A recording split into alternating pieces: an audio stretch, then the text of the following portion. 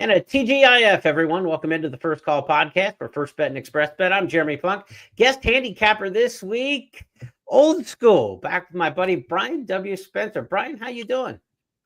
I'm doing great. Really excited to get tapped on the shoulder to sub in here. Got some big shoes to fill, but man, what a really fun, couple cards of racing we're going to talk about. You sent over some past performances yesterday, and I had a blast looking at these Churchill races and Woodbine runs. So really excited to kind of get back in the saddle here with you. Brian and I work together with Horse Player now for years. Of course, you may know him back in his days with Arlington and Fairgrounds. And Brian, you're still doing some picks each and every day for Express Bet. Tell the fans what you're doing there. Yeah, I've moved on to a couple different roles in my professional career, but I'm still doing horse racing stuff every single day that there's live racing. You can get 3 picks of mine from a track that, just whichever sounds most appealing to me that day at expressbet.com. So definitely check those out every day. I always have a little bit of fun trying to uncover a couple nice prices. All right, Brian and Frank in the member section there at expressbet.com each day. So be sure to check out their picks there. We've got a really fun weekend of racing. In fact, this may challenge like the Belmont Stakes Festival for star power. I mean, you kind of might think that's blasphemous as we await Saratoga, but think about this. We've got last year's Kentucky Derby winner, last year's Breeders' Cup Classic winner, this year's Dubai World Cup winner, last year's Horse of the Year in the U.S., last year's Horse of the Year in Canada, all running within a couple hours of each other on the program on Saturday. It's one of the more unprecedented days in racing, and Brian and I are going to take a look at 8 stakes races as we do each week here on the podcast. Let's give the fans who are listening on our traditional audio channels a rundown of the races we'll handicap over the next half hour or so. We'll start things out on the Dominion Day program at Woodbine. We'll look at the Marine Stakes, race number 5 there for potential 3-year-olds. Some of them may have aspirations for the King's Plate coming up later this summer. The Dominion Day handicap will be the feature race on that Saturday card at Woodbine, race number 9. That'll be our second stop. Then we'll go to Churchill Downs and look at all 6 races on this closing weekend card for Stephen Foster Day. We'll start things off with Florida Lee in race number 7. We'll go to the Tepin in the 8th, Sprinters into Kelly's Landing in race 9, back to the grass for the Wise Dan, then the Stephen Foster, the featured 11th, and we'll wrap things up with the American Derby for the 3-year-olds on the turf. So huge doings at Churchill Downs and at Woodbine on Saturday. And with that, First Bet and Express Bet fans have a couple great promos to play. There's a $7,500 hit and split at Churchill Downs, going with the early pick 5, the late pick 5, and the late pick 4. So if you take down any of those multi-race wagers when bet with First Bet and Express Bet, you'll add not only your pari-mutuel winnings, but $7,500 split up, $2,500 in each of the 3 different promo sequences.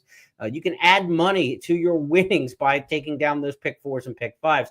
And at Woodbine, there's a 2 million point hit and split for first rewards points. If you take down the late pick 4 at Woodbine, Frank Caruli's got a blog up right now at expressbet.com and news.first.com that gives you his insights to all 4 races in that Woodbine late pick 4 sequence. Again, you can split 2 million first rewards points if you take down that late pick 4.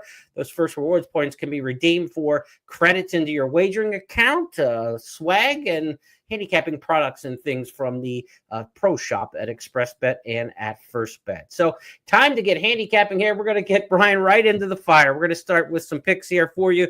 To the Marine Stakes, we go race number 5. I always like to throw a little history into the race names. The Marine Stakes, named for the star of the late 1920s and early 30s, son of Man o' War. He was second in the Travers in the U.S. to Beacon Hill that year, but he was also a star in Canada, winning multiple stakes races north of the border. The Marine Stakes, one of the final prep races towards the King's Plate coming up later this summer. But this race is open company, Brian, grade 3. So you've got some Ontario side runners. You've got some open company runners. Who did you end up with here in the Marine? Yeah, I'm looking to number 5, Mancetti. It's kind of a tepid pick, but if I'm right, I feel like I'm going to be right. You look at his 2-back run in the Woodstock, absolutely loved it. It was his first race of the campaign here. He just settled nicely, came away really easily. And you just got to draw a line through the last one. He's a forward player, stumbled badly. His jockey lost the iron out of the gate last time out. And he got that terrible break, rush up trip, and was understandably tired by the time they had, turned in for home. So question here going longer, question against this kind of company. But if you draw a line through that last one and you think maybe his new baseline is that 2-back run, he's right there. Mm-hmm. Let's go back and look at that race in the Woodstock. The one thing about Mancetti is if he survives the first 20 feet of the race, he's in pretty good shape. His 3 losses were all gate incidents. His 3 wins when he gets away cleanly, including this one in the Woodstock. Goes for the inside. Kokomo pressing Big Vince as they come into the stretch in the Woodstock, and now switching course. Mancetti out wider incoming.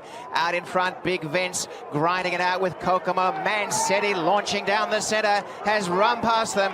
Mancetti pouring it on in the Woodstock Stakes, and Pietro Morin darting down the wire. A very big winner. Mancetti scores by almost 4 lengths. Brian's going with Mancetti in the Marine Stakes. I'll give a look to Sedberry's Ghost right to the inside of him. This is a horse who hasn't run in a stakes race yet and looks like he has no idea what the hell he's doing in his races. He's kind of really goofy and all over the place. And then in the last 100 yards decides, oh my God, I need to get running. He's done it in 2 straight races and really levels off and runs well once he figures it out. He hasn't run around 2 turns yet, a little bit slower pace. Maybe he'll kind of get into a groove. And if he kind of puts it all together, I think Sedberry's Ghost is interesting. So Mancetti, Sainsbury's Ghost, that's the 2 ways we're going to go in race number 5, the Marine Stakes. Let's go to the 9th race on the card. It's the Dominion Day Stakes, grade 3. Of course, Dominion Day is like Independence Day here in the U.S. for our Canadian friends. The 158th birthday for the nation of Canada coming up here on July the 1st, the Dominion Day Stakes race, the feature on the card. A mile and an eighth here on the main track. I thought Essex Serpent was just visually awesome last time out. Enough so that I thought I'm going to take a chance and take this horse right back on the big stakes rise. Then I see you did the same thing. Yeah, I was hoping maybe a little mid-range price, but his 2 bad races came in those, in the Queen's Plate, Prince of Wales last year, and just came back with the kind of effort that you love to see. Now, if I want to put a little bit of, dampness on it, I'm a little nervous that his 2 biggest wins have come when he's gotten those easy leads. So I've got a little bit of concern, but when he's really good, I think his ceiling is high enough. And I really love the way he fired off the bench. If that, kind of the way I'm looking at Mancetti based on that 2-back run, if I'm hoping this is his new established form, he's right in the mix facing this group today. The only other horse who may go with him early is Fantastic Again. And Fantastic Again, according to Daily Racing Form columnist Marcus Hirsch today, reported he's cross-entered in the stakes at Lone Star and at Woodbine, that he's headed to Woodbine. So we are going to see Fantastic Again. That could be part of the pace play. But the way Essex Serpent just is showing potential is really exciting. Let's give the fans a chance to see this one. Probably the first time you've seen this runner if you haven't been following the local races at Woodbine. Essex Serpent, last time out, really sharp. Essex Serpent coming down to the final quarter. Only a length. Roscar looming easily on the outside as the big threat. Essex Serpent only a half. Roscar tapped up as they corner though. Essex Serpent yet to release the brakes. Roscar made a dash. Essex Serpent in front. Roscar still knuckling down on the outside, but Essex Serpent by a couple of lengths now to Roscar, and has a lot left. Essex Serpent inside the final furlong, and Essex Serpent, like the win in the Marine, on the lead all the way, and now digs in to win by about 4 or 5 lengths. Essex Serpent is back. 4.5 to Roscar. 5 away came Journeyman. Really nice return effort there. Didn't have to get down on his belly and overextend himself. That's kind of what you want to see, I think, second off the layoff. Now, you don't want too much of an effort that first time back that the horse may bounce. I think Essex Serpent, very interesting in there. Again, Fantastic Again for Wesley Ward, one of the Americans headed up that way. Marty Drexler trains Fly the W, a horse Gulfstream Synthetic fans know very, very well. It'll be the first time on the Woodbine Synthetic for Fly the W, but an absolute win machine. And Brian, as a Cubs guy, I mean, you've got to like Fly the W, a 21-time winner, right? Yeah, I mean, you at least got to admire him on paper for the grit and the longevity and success. But a little bit of a reach for me in this one, despite the win machine here. We'll see how he handles the Woodbine Synthetic, though. You've been away from Chicago long enough too that you're not going to get sucked into that homer feel on Fly the W, right? Yeah, no. I'm a North Carolina native now. Let's go. All right, let's move to Churchill Downs on Saturday, where it's Stephen Foster Day. Big program there. 6 stakes races. We'll look at them in succession, beginning in race number 7. It's the Fleur-de-Lis Stakes, French for Flower of the Lily, and of course the track of the Lilies was Hollywood Park, the land of the lakes and flowers, but the Lilies for the fillies at Churchill Downs means the Oaks, and we've got an Oaks winner in here, Torpedo Anna, not only an Oaks winner, but last year's Horse of the Year. She was just flat out poor last time out in the La Troyenne, and I guess it kind of opens the door up, right? I mean, she did nothing at 39 cents on the dollar when finishing a career worst 7th. Kenny McPeak rushed her back pretty quick in there. I didn't like the campaign that he gave her to run in the Azeri and the Apple Blossom and then come back in 3 weeks to run on Oaks Day in the La Troyenne. Just didn't seem to make sense to me. I know he wants to run her in front of big crowds and such, but it just didn't seem like good timing and spacing of her races. She's had more time now, about 7 weeks since the Kentucky Oaks now. Do we see Torpedo Anna get back to her win machine ways, or is she vulnerable now, Brian? I spent quite a bit of time trying to answer that question. I mean, I think that you're supposed to her, benefit of the doubt based on what we've seen from her. We're supposed to expect better from her here, especially, given that Kenny McPeak also, said brought her back too fast. Fine, that's on me too. And I think that, so, if we're willing to forgive her that, she's going to win this race. She's going to be able to control the tempo with Jin sitting just out of her the whole way. But even on an off race, don't you want to see a little something? I mean, that was an absolute nothing from a horse who has been just machine-like and shows up every time and just the grittiest, biggest kinds of efforts. And she just absolute zero. So I'm going to take my chance and say, not necessarily that maybe she's not going to be what she was late last year, but maybe that last was a hint of something. I think Jin is going to be hooked to her the entire way and is going to be able to be the one to ratchet up that pressure. And if Torpedo Anna's not quite what she was late last year, I think she's going to get past. She's going to match up with some fillies who have recency over the racetrack in the the Shawnee Stakes back on May 31st. It was Jin and Royal Spa, who we haven't talked about yet. They ran 1-2 in that race with Royal Spa under Flavian Pratt getting the victory. Let's go back to Travis Stone's call of that one, the Shawnee Stakes. Jin back into second, Alpine Princess in third. Royal Spa the leader. Jin continues to fight on. Jin trying to come back on Royal Spa, but Royal Spa got the jump on her and won it. Now, she was 13-1 that day, Royal Spa. They say, you don't miss the wedding and then go to the funeral. So I don't know that you want to play Royal Spa back in a 5-horse field at a much shorter price than she was last time. So maybe you've got the right alternative. The value play in here could be Jin under Jose Ortiz.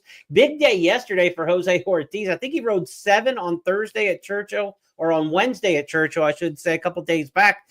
He had 4 wins in 2 seconds from 7 mounts. So Jose Ortiz riding extremely well going into closing weekend here at Churchill Downs. This is a race that's, superstars over the years have gone through the Florida League. We've got another one in Torpedo Anna, but you go back to Serena Song, Rachel Alexandra, Royal Delta, Midnight Beast 2, some really good ones. Latruska more recently have come through this race. We'll see if Torpedo Anna can get back.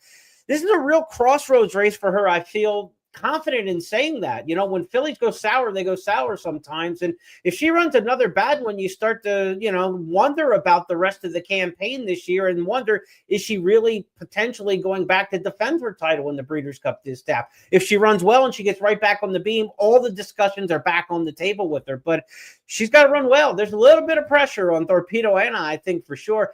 I don't know that I'm confident to bet against her from a gambling standpoint. Maybe taxed, maybe the filly you're looking at in this particular spot here, Royal Spa. But I need to get a fair price. I mean, I think you want at least $10, $12 if you're going to try to beat Torpedo Anna on anything. Yeah, I agree. And, Royal Spa, you mentioned a little bit of a wild card for me because I don't want to introduce too many what ifs in a very small field. But, if Torpedo Anna isn't heading back in the right direction and she and Jin get a little bit too cute with a cat and mouse game early, Royal Spa could just be sitting there watching all that unfold. And if that happens and Anna comes back and Jin spins her wheels again late, it's just a repeat of the last one in the stretch. So I wouldn't talk anybody off Royal Spa today. I just think the race shape favors one of those two forward players. You're going to go with Jin, and I'm going to welch in this one. I'm just going to watch. I don't want to touch this race. I know I had you come on the podcast and made you pick 8 races in here, but I mean, from a gambling standpoint, I really don't want to bet against Torpedo Anna with confidence, and I don't want to play her either. I just want to kind of see what she's got for the rest of the campaign. That's kind of where I'm stuck at in the Florida League. But I do like gambling, so we're going to go after another one here in the 8th, and that's the Tepin Stakes. Of course, Tepin Stakes named for the 2-time Breeders' Cup mile-winning filly. She won the Queen Anne Stakes also, or one-time Breeders' Cup Mile. She lost her title defense in the Breeders' Cup Mile, but she won the Queen Anne in 2016 going to Royal Ascot.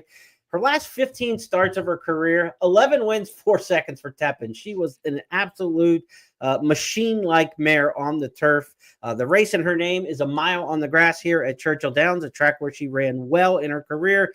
The Tepin Stakes, I went with number 2 in here, Something Stronger. I kind of like the form cycle here. I know it's a maiden winner stepping up into the allowance ranks or into the stakes ranks and bypassing all the allowance races, but Al Stahl, pretty conservative trainer, and this one's got the old school form cycle to me. Sprint the route, second off the layoff. It's kind of like we got one in her last time, and she actually launched late and looked impressive in there. I'm going to give her a big shot going sprint the route in here. Something Stronger with a good post under James Graham. I'm going to go with the 2 in here, Something Stronger. Who do you like in the Tepin, Brian? I do like Something Stronger a bit too. I think this is a race where, especially in multi-race wagers, I think it's the right race to attack the 2 morning line favorites with some of these mid-range price horses. I'm going outside with the 8 Favor to You. I'm hoping that she's going to get a little overlooked because her only route try, it's the dullest run on her page, but she had a really tricky trip that day, really starting, stopping, tapping the brakes in between horses the entire way, wanted to do a little bit more. In the meantime, the 3-2 favorites running off on the front end to score. So by the time they turned in, she was probably pretty annoyed and didn't have a whole lot left in the tank. But she came back with 2 sprint wins. The pedigree's there for 2 turns the whole way. I think she's a lot better than we saw in that mile run, and the rest of her form is just nothing to pick at. So I think she's going to be tough today at a really or Saturday rather at a really nice number. Phil D'Amato trains Favor to You. West Coaster Antonio Fresu coming in to ride. Let's take a look at her win in allowance company at Santa Anita. Top of the lane, Proud Starlet every step of the way. Prime and Ready up alongside second, and Favor to You angles out for the final furlong. It is Proud Starlet clinging narrowly. Prime and Ready just ahead back second, and Favor to You is finishing best of all. Does she have the time? Prime and Ready, Favor to You. Here's the line. Favor to You. Perfectly timed to give Reese Bully a double. Play of the day. Interesting in here, the 2 favorites that we're looking at, Vixen and also Lush Lips. They've been chasing Nitrogen, who has been clearly ahead of everybody in the 3-year-old filly division on the turf so far this year. I don't know. Do they get plaudits because they've been kind of second and third best to the tops of the division? Is it like, without Nitrogen in this race, do we just defer to those other 2, Lush Lips and Vixen? I'm willing to take a shot, though, because, again, this is a race where these horses stepping up in class, I think have a chance to perform pretty well in here at fair prices. So you and I are in the kind of the same boat in this one. Yeah, but the other 2, Lush Lips and Vixen, you're exactly right. Nitrogen is, the queen of the class right now, and there's not a question about it. But we know what those 2 are. They're established right now. They're kind of baseline form, what we expect from them. I think Favor to You, question mark with some upside going long. Something Stronger, question mark with some upside going long. And if we're going to get somewhere in that, 7 to 8, 9 to 1 range on either of those, I'd be happy being like 2 deep and just taking an aggressive stand with a couple of those horses with upside. All right, let's do it. Race number 8. Maybe we can get a price there at Churchill in the Tepin Stakes. To the Kelly's Landing in race number 9, named for the Eddie Keneally sprinter back in 2005, set the track record 107-2. That time has been eclipsed once, but not by much since then, going back 20 years. Still one of the great performances, going 6 furlongs at Churchill Downs in the Aristides back in 2005. Of course, Kelly's Landing also went on to win the Dubai Golden Shaheen 2 years later overseas in the UAE. We've got some good sprinters in here. Dr. Venkman in from the West Coast. Very interesting, of course. You've got the Wind Machine Booth, who's won 7 of 10, including 4 straight. Steve Asmussen's barn hasn't done much at this meet at Churchill Downs. He did pop a nice priced winner earlier this week, but his barn has struggled. 7% wins coming into the week for the season with more than 100 starters for Asmussen. Can Booth snap that kind of bad mojo going for the barn? He's going for 5 straight wins. I question 6.5 for Booth. That's where I think he might be vulnerable here. He's absolutely, to me, a pure 6 furlong horse.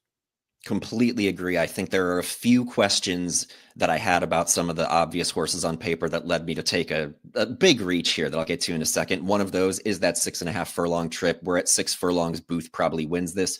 Dr. Venkman, I think he can win this, but I don't love the rail for him with horses like Booth and Roll On Big Joe potentially going to cross over in front of him. Think that could be tricky. So I took a big reach with the number 7 Red Flag. Jeremy, I remember one time in the Pimlico parking lot, you told me the longer it takes you to to explain why you like a horse, the less you actually like them. So I'm going to keep it short. I don't know if he's good enough to win this on paper, but he's a $60 horse on Saturday if he does win this.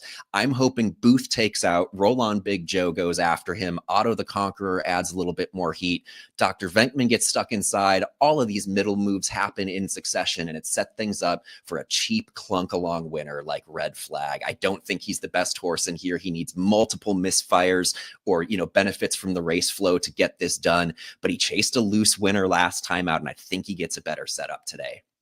I'll never tell a horse player that it's not worth digging around in a race, no question about it. But for me, my experience always tells me the ones you like right away. And that's when you get your best opinions, I think, often. Sometimes you just look at a race and it jumps out at you. Hopefully you can get your price in here with Red Flag. Booth will be the favorite, though. He's been 4-5 and 2-5 in his last two, winning the Count Fleet at Oaklawn and last out winning the Maryland Sprint. On the inside is Ridden Along for More with a quarter to go at Pimlico. Booth, Epic Ride is trying to test, but Booth shakes away through a 45.99 half mile. Booth is in front, Ridden Along with 1 furlong left to go. Epic Ride is giving his all. Booth is still there and staying strong. Booth, Epic Ride, 1-2 down the Pimlico stretch.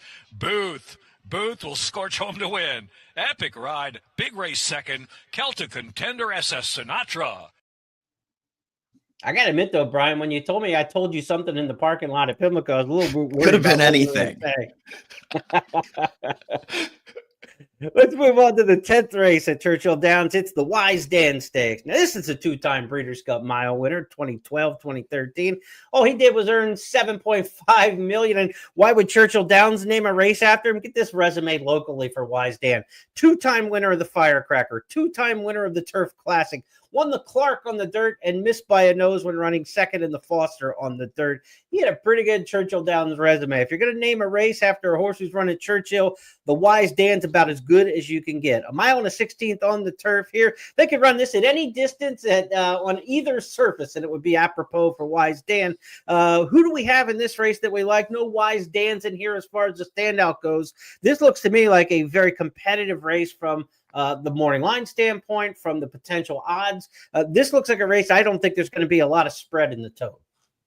Yeah, and I think, that's kind of bouncing around. I think this is probably one of the most, if not the most competitive one that we're going to talk about on the show. You can make a case for just about any of them. But what led me to Fort Washington, the number 8 here, is that, there's a lot of commonalities here in the running lines. A lot of these horses have run into Spirit of St. Louis already this year. But Fort Washington's going to come into this with a couple of grade 3 wins. And I think that that's just going to look a little bit soft to a lot of the players when a lot of these are coming out of, the grade 1 Turf Classic where they chase Spirit of St. Louis, but they all stack up the same behind that guy. And Fort Washington has been really good in a couple of starts since then. Little bit worried about whether he's going to get the pace here, but I'm just hoping a couple of those forward players will just keep things honest enough, because he's the scary one late, and I think he's going to get a little overlooked.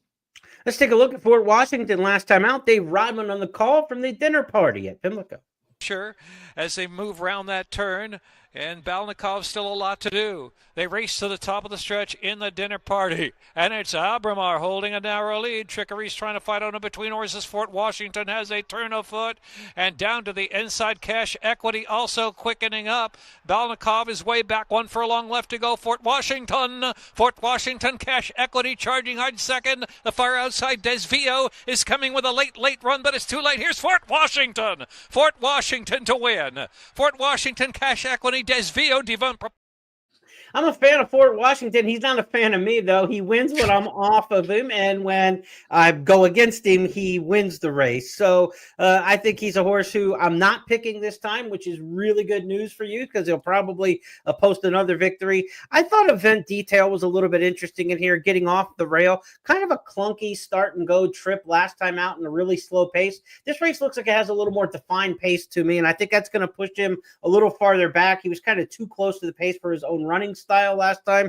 Maybe he can get a better setup here. Irad Ortiz, you get a jockey change off of a, I don't want to say questionable ride, but certainly a questionable trip last time. And I think maybe just shaking up the jockey, shaking up the potential pace in here. I don't think they're going to go 48 and 2 to the half in this spot. So I give Event Detail a chance at a price in here. You always get a little bit less than you probably should when Irad rides. He just takes money, but I think we can get a fair number on him. I went with Event Detail. Mercante in here may go as the favorite, but he's won 4 of his last 5 or 3 of his last 4, but he's done those at prices for the most part. Now you got to take a little bit of a shorter number on Mercante. I think he might be a little bit beatable in here at an underlay price. So I'll go against him in here, not with any great confidence, but I do want to try to find a bit of a price in here. Maybe Event Detail can be that.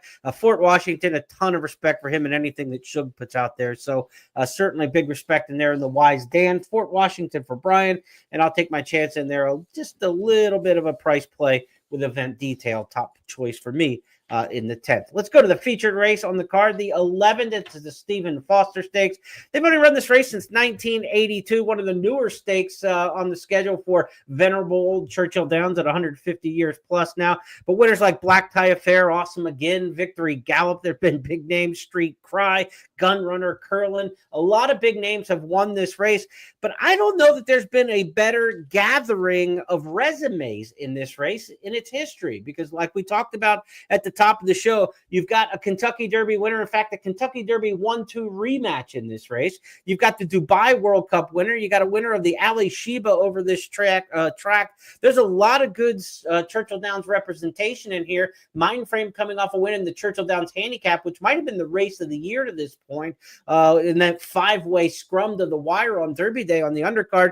There's a lot of cool resumes in this race. There's only 7 entered. 6 of them have a legitimate shot in here, I think. The 7 is Ashcroft, and we'd be remiss if we didn't at least mention Ashcroft. Will run in the name of trainer D. Wayne Lucas, who stepped away from training, retired from training earlier this week due to serious health issues and complications. So Baz Nickel, his longtime assistant for more than 20 years, will saddle Ashcroft in the name of D. Wayne Lucas, and maybe the final, I think it will be the final starter for Lucas at Churchill Downs in his name. And so I don't think Ashcroft has any chance in there, but there wouldn't be a dry eye in the building if he was able to pull off a victory in there for the coach D. Wayne Lucas. But let's talk about the main big contenders in here, because there are no, there's no extra in here. There's no fat to this race. It is all muscle. First Mission, Mindframe, Skippy Longstocking, Sierra Leone, Mystic Dan, Hit Show. This is a good cast, Brian.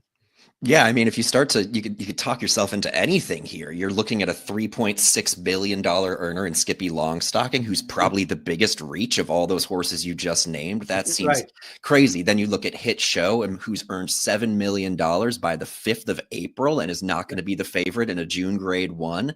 That's this race. This is crazy. It's such a good collection of talent. And where I'm going here is I just think Sierra Leone is the best horse in here. Last time out, small field, got stuck, behind a freewheeling front running, very talented Louisiana bred. Don't discount the talent of Touch Upon a Star there in that race. But Sierra Leone, that wasn't the be all end first race of the campaign. And I think when shove past the 8th pole, he's going to be able to outkick this group. But man, I wouldn't talk you out of anybody. Mindframe, I don't even like Mystic Dan that much, and I've got him picked second. I think he's going to get the right kind of trip. So, I mean, like you said, it is a great group and a great handicapping challenge too. Yeah, Mystic Dan feels like he could trip out in this spot. I mean, First Mission, Mindframe, Skippy Longstocking, the 1, 2, 3. None of them are blitzing front runners, need the lead types, but all 3 probably want to be near the front in this spot. First Mission made the lead in this race last year and faded to run 4th. This is a much tougher cast than that group that was in this race last year. No doubt about it. Kings Barnes, Pyrenees. I mean, those horses would be, 10 to 1 plus, I think, against some of the top end of this race. So this is a tougher spot, but First Mission with the rail under Sias, he probably goes. Mindframe's going to be right up there coming out of those one-turn races at Gulfstream and at Churchill in the Churchill Downs handicap. Skippy's never far out of it, and from the 3-hole under Jose, he's going to be up into the mix. He was second in this race, chasing around the track last year and wound up 3rd. So I think the races 1, 2, 3 kind of all go, and that's why you kind of see Mystic Dan in the 5-hole and Brian Hernandez coming over and just hugging the pine like we know he loves to do. Mystic Dan could get an absolutely fabulous trip in here and get that first run on Sierra Leone like he did in last year's Kentucky Derby. Let's go back and relive that one. Kentucky Derby 2024. We get a rare 1-2 rematch as 4-year-olds. Mystic Dan toward the inside. Stronghold is next. Then Fierceness. Sierra Leone and Forever Young still with work to do. Forever Young is starting to pick it up as they come toward the top of the stretch. It is Fierceness who's moving up on the outside of Crack Phantom, and there on the far outside. Here comes a run from Stronghold and Resilience has now moved up to take the lead as Fierceness is given way, coming by the 16th hole, and Mystic Dan is now come through on the inside. It is Mystic Dan down toward the inside with the lead in the final 16th. Forever Young, Sierra Leone is coming. These three coming down to the wire. Who's it going to be? Oh, it's a photo of the Derby. Oh, it's a photo. Was it Mystic Dan or was it Sierra Leone? Forever Young was between them, catching freedom, finished fourth. A photo finish to decide the 100. And, there's a lot of other talent in here, so I don't want to get ahead of myself, but I could see Mystic Dan and Sierra Leone getting that exact same run. Mystic Dan getting the watch it all unfold trip, sneaks through, and then tries to hold off Sierra Leone, while all of these other talented horses are trying to finish too. But it had not occurred to me until you showed that replay that you really could see something very similar Saturday. Absolutely. Now I want to talk a little bit about Hit Show. He's the Dubai World Cup winner who that race didn't come completely out of nowhere in his career, but coming off the dull effort when he went west to Santa Anita for the Gold Cup or for the Santa Anita handicap out there in March, it kind of was out of left field because you thought, well, man, he just didn't pick up a hoof in that race at Santa Anita, but he got back on the beam. And I wonder, there's sometimes jockeys just pair with horses right. Look at the past performance lines for Hit Show when Florent Giroux rides. Win Dubai World Cup, win Louisiana Stakes. Then he's not on when they lose to Clark. Then he wins the Fayette, Lucas Classic, West Virginia Governor's Stakes. They lost once in the Cornhusker and won the allowance race prior. He's got 6 wins in his last 7 starts, team with Florent Giroux, and he doesn't run, and he just doesn't run for anybody else, it seems like. Giroux seems to know how to push the buttons on Hit Show. I think he's doing really well. I love the workout tab for him coming into this race. This looks like a horse who, after he came back from that race the first week at Maidan, has been pointed to this spot by Brad Cox ever since, and he looks like he has hit every point in the training. May 17th, May 24th, May 31st, June 8th, June 14th, June 21st, and he's progressively working stronger and stronger up to the race. I think Hit Show is going to run a really good race. I think he's going to be completely overlooked in the tote here, but you've got to run the race of your life to beat like 4 of these, right? I mean, like, because there's just no weak links in here. Somebody really good is going to run 5th or 6th. Yeah, and even if you get 2 misfires, you're still running into 2 of the better older handicap horses here. So you're not going to be able to win this with excuses. I love the point about Giroux with Hit Show. You got to see that again in the Dubai World Cup. This is a horse who just needs like a lot of encouragement late, and Florent's really good at just staying after a horse in a spot like that. My question is Hit Show just a really decent grade 2 horse who ran the race of his life last time out? You're gonna get a decent price to find the answer to that question, but I'm not totally sold. I think Mystic Dan's got a shot in here. I mean, look, I would be a little surprised if Skippy Longstocking is good enough to beat these upper class horses. He seems to be just a touch below those when we're talking mile and an eighth and beyond. First Mission to me would be a surprise. I see a lot of people on Twitter talking up First Mission and how the morning line's way too high on him and how he's much better than he's showing. I know he won the Oaklawn handicap with a 109 buyer, but Banishing hasn't come back to run as well since. Skippy Longstocking did come out of that race and win the Gold Cup out at Santa Anita, but I'm not so sure if First Mission at a mile and an eighth beats these horses. You know, I think he's a good up to about a mile and a 16th type runner. At a mile and an eighth against top class horses, I'm a little worried about First Mission, but I can absolutely see Mindframe winning it, Sierra Leone, Mystic Dan, and even Hit Show. Those are the 4 I think have a chance to win, and I think Hit Show is going to be clearly the better price of the 4 that we throw out there. So that's where I'm going to lean in this particular spot, but I'm going to use Hit Show with Mystic Dan. I'm going to use him with also Mindframe in there, and maybe if Hit Show gets the trip from the back of the pack, Sierra Leone might as well. The one thing that I looked at, I looked at the DRFPPs and also downloaded the Brisk Pass performances because I think a finisher is going to have a really good chance in this race. Who can close. The the Brisk late pace figures for Sierra Leone aren't as strong as you would think for watching his running style. He really doesn't come home with big numbers. Hit shows come home faster in some of those. So I thought bigger price, better late pace figures. If they get the same kind of trips, maybe I'll take the horse who's going to be 8-1 versus the horse who's going to be 2-1. So we're both handicapping the race for the closer. You've got Sierra Leone. I've got Hit Show. I know this. We're going to enjoy this edition of the Stephen Foster, Brian. This is a really, really good race. It is going to be so much fun. And even when you talk about First Mission, that's a horse what kind of horse is he right now? That Oaklawn handicap race was awesome, but can he do it against this type? 3 grade 1 starts on his page, none of them good, no company lines, no names in the company lines, like what you're seeing among the other horses here who've been running into guys like Fierceness and Forever Young. So huge class test for him, but, certainly wouldn't want to get stuck there at a short price, but yeah, a lot of fun. Wouldn't try to talk you out of a whole lot here, but I just think it's also a fun one to sit back and watch. And we probably spent 32 seconds on Mind Frame, right? I mean, we need to right. And he's run 6 times with 4 wins, 2 close seconds, including a wandering Belmont that if he'd have run straight in the final 16th, he'd be a Belmont Stakes winner. So there is just a lot to like about the Stephen Foster. Enjoy it. Go deep in multi-race wagers, I would say. You definitely want to use a couple of your bullets there. If you're playing those hit and split wagers with First Bet and Express Bet, the late pick 4, the late pick 5, I'm going to recommend you use several in there. Like I said, I think there are 4 win contenders. I would be 4 deep in the multi-race wagers, and that's throwing out a couple horses that have a decent chance as well, according to a lot of other handicappers. But you can't play them all unless you've got a really strong opinion in some of the other races. The 12th and final will wrap up that pick 4 and pick 5 with the hit and split provisions for First Bet and Express Bet players. It's the American Derby. They've only been running this sucker since 1884 in Brian's old Chicago home. They started at Washington Park and had a little cup of coffee at Hawthorne, long run at Arlington Park, came to Churchill in 2022. Then they ran it at Ellis Park in 2023 when the turf was all messed up. Back to Churchill Downs here in 2025 for the American Derby,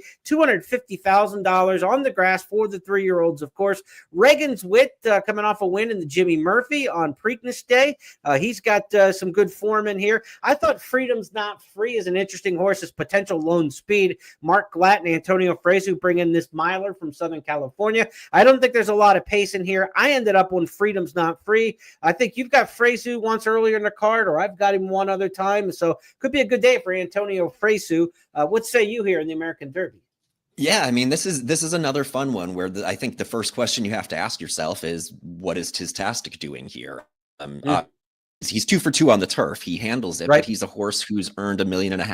He's a grade 2 winner on the Triple Crown Trail. There's a lot of money out there on the dirt. So, maybe kind of dividing the bullets, so to speak, but I don't love him here in an ungraded turf race. He can win this. Maybe he's just a cut below that top set Sovereignty and Journalism, and that's why they're getting him to turf, but I don't love it. I'm on the 5 here, Minaret Station.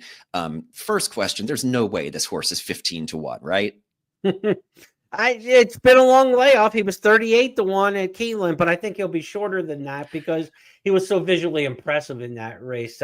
Fans haven't seen him in a long time. I know you like him in this spot. I like him as well. I think he's one of the other main threats in this particular spot because of the way he impressed so much visually at Keeneland. Let's give the fans a chance to see that race. Turn back the time to October for the Bourbon Stakes. Minaret Station. He's not going to get a lot of calls in this one, but he's going to get the right one at the end. Cavallo Bay is up to 3rd, has to go toward the center of the course, still 5 lengths off the lead. Warlander still has 6 to make up. They turn for home. They've all got to catch Clock Tower, and here's Cavallo Bay, and Golden Afternoon now kicks in. Cavallo Bay, Golden Afternoon, Clock Tower fighting onto the inside. Warlander is still 4th. Cavallo Bay far outside. Clock Tower inside. Golden Afternoon between that pair. Golden Afternoon. Clock Tower. Here's Minaret Station for a huge upset. Minaret Station. 38-1 rallying for Christian Torres. Kurt Becker had to do a double take when he looked up at the tote board when they crossed the wire there.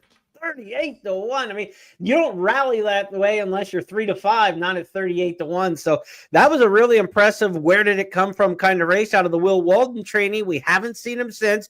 A workout tab looking at the spacing: May 19th, May 26th, June 1, June 9, June 15, June 22nd. He's right on cue. You like to see a horse off a long layoff have those 6 consecutive workouts for the comeback.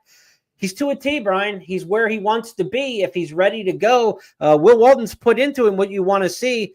He's got a shot in here. He'll be flying late. Yeah, I mean, I'm honestly really excited to see him in this spot because, you know, Tistastic's going to take some cash to a couple of other kind of upstart types. Like you said, he was 38-1 last time out and he's coming off the bench, but that was a really legitimate race. And if he's moved forward off of that into his 3-year-old season, I bet he's the best turf router in this group. And look, he's a horse who that didn't get a massive buyer speed figure in that. As visually impressive as it was a 78 buyer, and that's a good thing because if you're visual handicapping, you really don't care about the numbers so much. And that big number would get a lot more attention on the tote board in his return race. The fact that it was only a 78 and some of the other horses have run faster is going to be good for your price. And I think that's what you want to see. If you get Minaret Station here at a middling kind of price, he's 15 in the morning line. I think 10 and above is a nice number to go and attack him. One note about Tistastic, you say, why are they back? I know he ran the 2 times on turf last year at Kentucky Downs. Why are they going back to the grass here? I think a big part of it is one of the co-owners in here, obviously, is Ron Winchell Thoroughbreds. They are also one of the principal owners of Kentucky Downs. So they want to run horses at Kentucky Downs at their track. That's why Tistastic was there last year, ran in the juvenile mile. I think you're trying to get this horse ready for a September race coming up at Kentucky Downs. That's where the money's going to be for him. Dueling Grounds Derby, something like that, a big money race there at their home track. I think that's why this horse is in this race, getting ready for Kentucky Downs a little bit later and not getting ready for something like the Jim Dandy or the Travers or something, the Haskell. And that's a great call out. With a little bit of my time away from racing, I forget that those races are like $5 million at Kentucky Downs now. So yeah, actually there is plenty of money for Tistastic if they want to avoid journalism and sovereignty the rest of the way. That's not a bad idea, avoiding journalism and sovereignty as we've seen in 2025. That's going to wrap up our handicapping from the show. A couple notes for you. Sunday is closing day of the meet at Churchill Downs. So it's a mandatory payout in the Rainbow Six coming up on Sunday. Going into Thursday, they were up over $1 million plus. If this thing carries a couple days into Saturday, into Sunday, a few more days, we could be looking at a multi-million-dollar pool for Churchill Downs. Again, mandatory payout Sunday in the Rainbow Six at Churchill. Also, because it's the end of the fiscal calendar year at Gulfstream Park in Florida, they got to clear the books there. So there will be a mandatory payout in the Gulfstream Park Rainbow Six as well on Sunday. Friday night racing tonight. Be sure to check out the Penn Mile at Churchill Downs, the Penn Mile at Penn National.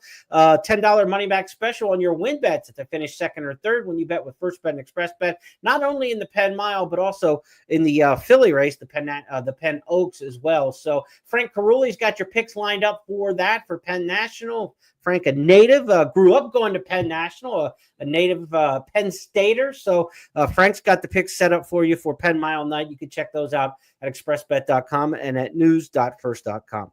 Saturday, we've got a lot around the country. DeFrancis Dash Day also at Laurel Park. So a lot of racing going on there. And at Canterbury Downs, it's Canterbury Park. It is the Derby Day, Canterbury Derby night. 10 times first rewards points on all your bets at Canterbury Downs or Canterbury Park. Coming up on Saturday night. So there's a lot to hit, a lot of great racing around the country. Great promos for you with First Bet and Express Bet when you play this weekend. Check out Brian's picks each and every day at expressbet.com. In the members section, you got to be a member to get those picks from Brian and Frank each and every racing day. Spence, it was like old times, man. You just got right back in the saddle and you were riding in rhythm. It's like you've been doing this forever. Man, a lot of fun and just, a great opportunity to fill in. So I appreciate you tapping me on the shoulder and tapping me in here for this one. Scott Shapiro with the week off. And of course, we send out our best wishes and get well wishes to our great friend, Jeff Siegel, as he recovers from some health issues. Hopefully we'll have Jeff back on the podcast here in the future. But for everybody with First Bet and Express Bet, enjoy a star-studded weekend of racing. Final racing weekend of June, and it might be one of the best of the calendar year. I'll see you on Tuesday when we come back with the It's Official podcast. Have a great weekend, everybody.